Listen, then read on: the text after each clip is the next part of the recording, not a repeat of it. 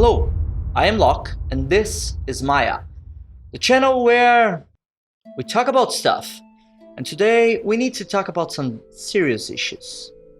Exclusivity in gaming. Is it really an issue? Is it not? This week we had Bethesda software bought by none other than Microsoft, and that steered the ant-hole.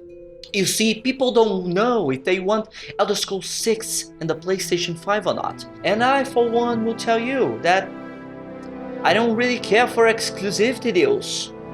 I'm against each and every one of them, except maybe for the ones that are made by the people who own the consoles, like PlayStation games only on PlayStation, and Xbox games only on Xbox and PC.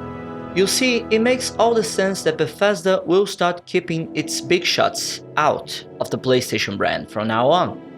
And I agree with Microsoft in this, because they were losing bad because they had no games, they had no exclusives, they had nothing. That's what the PlayStation crowd was saying for the last 6 or 7 years. And now they got it up their asses. And I applaud Microsoft for this, but are exclusive games really a good thing? Are they anti-consumer? I'll talk about some articles and we'll see some stuff together. And you can decide by yourself. I have my opinions and I just want to help you develop yours. So grab a cup of Joe, brewed right now. That sweet smell of coffee in the morning, you know? I only buy coffee from this brand, the Redbull. It's really good. I recommend it.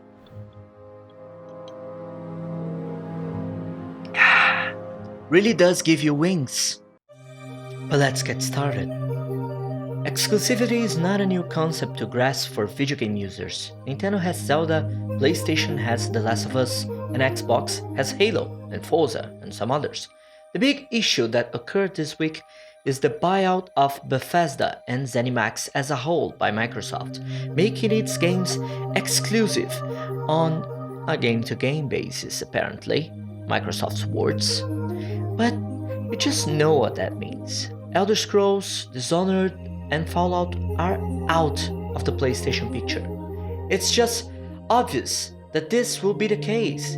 And people are crying rivers over Twitter because this is betrayal to the Sony consoles and they will make sure Bethesda won't ever sell a console again. But you know, as I stated before, Microsoft had nothing. This $7 billion deal might save the Series X for the hardcore console crowd. And it's an amazing move for them. And the cherry on top is that it will be on PC too, so I couldn't care less about your cries, Sony. You can play on Game Pass over any mobile device. It even works great on iPad, I must add.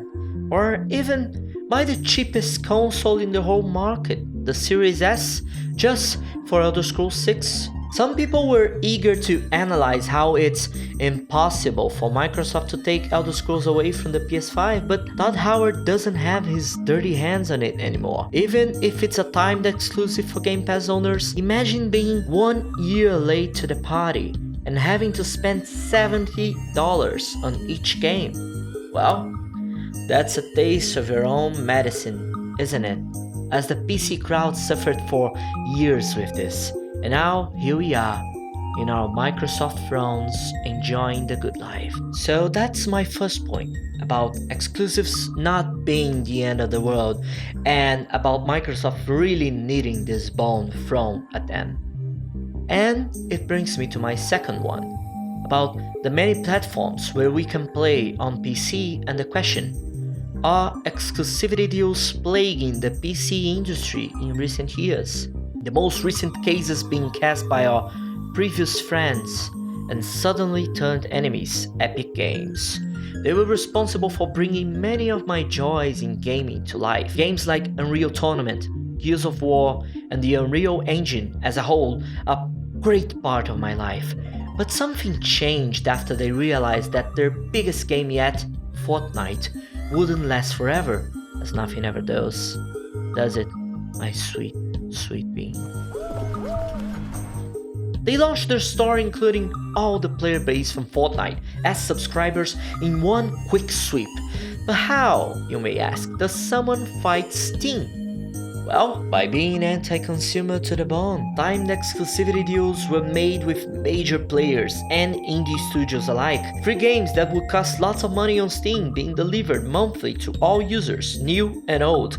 But was that good? Business Insider thinks it's just natural, as it mocks players without a care in the world in a huge article that explains why people are mad about Epic Store by making fun of the only weapons we had to retaliate, review bombing, and painting the shady practices of Epic as commendable. They paint us, the players, as just common trolls looking for nothing but clicks. But it's not like that. You see, no one would ever say an inch against Epic because they have power, influence, and some players, especially Fortnite guys, will always be on their side.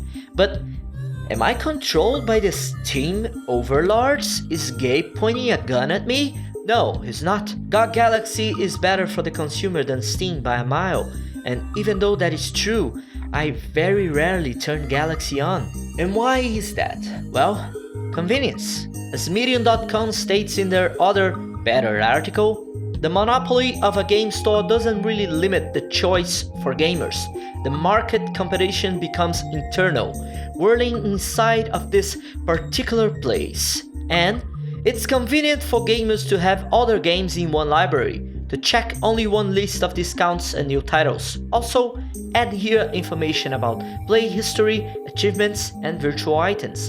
And you will understand why so many people are so upset with the necessity to install and use another launcher to play a game they want to play. Of course, gamers can understand the position of publishers and potential benefits for the market competition, but in most cases, these arguments are not substantial enough, especially when the same gamers feel being victims of aggressive market fights.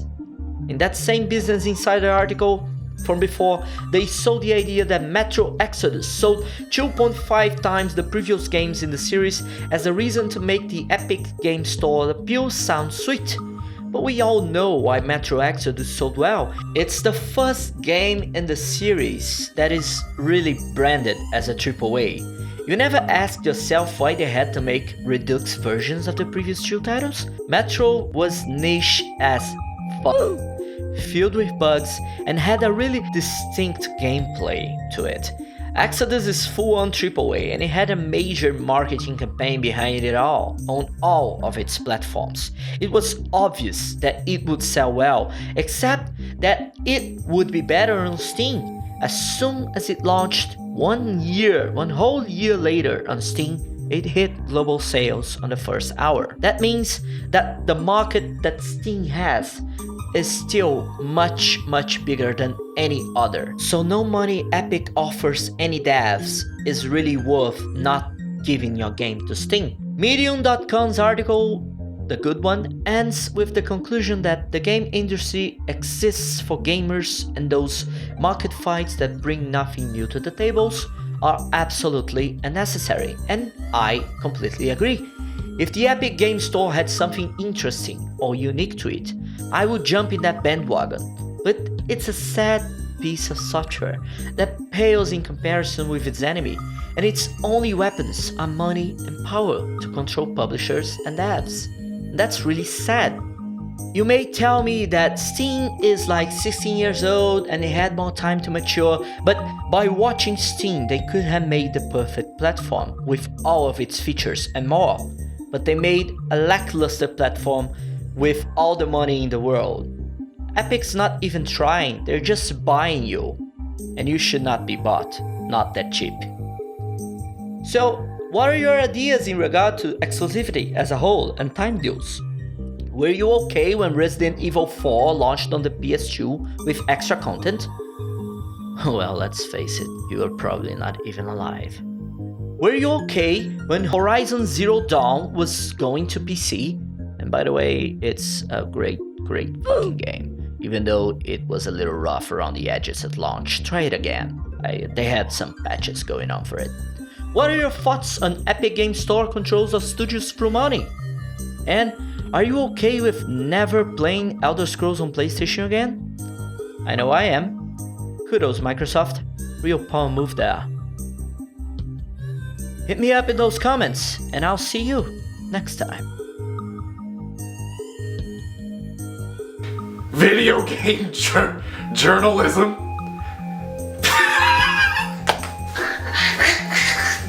Ah!